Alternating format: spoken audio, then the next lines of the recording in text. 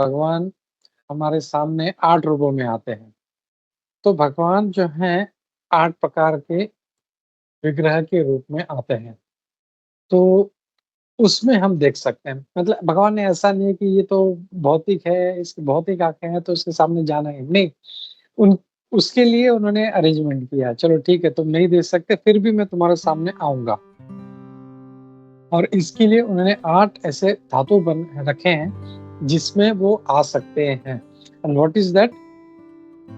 प्रभुपाद जी कहते हैं कि अ, सैंड सैंड वाला जो है मतलब जो रेती का जो होता है उससे अगर कोई विग्रह बनता है तो उसमें भगवान आते हैं।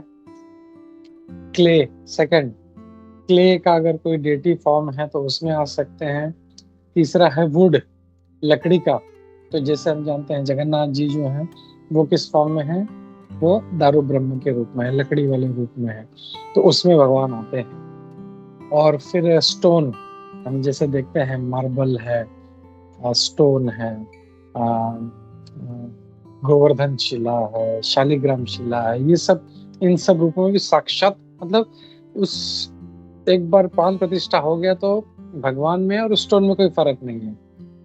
मार्बल है तो भगवान में और मार्बल में कोई फर्क नहीं है। He is Krishna, he is not marble. तो यहाँ पे हम देखते हैं, हमने देखा सैंड, क्ले, वुड, स्टोन और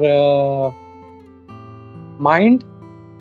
माइंड में भी जो है एक प्रकार का जो है मतलब वो फॉर्म है, हम जब ध्यान लगाते हैं भगवान का तो वो जो फॉर्म है वो भी is as powerful as the deity form.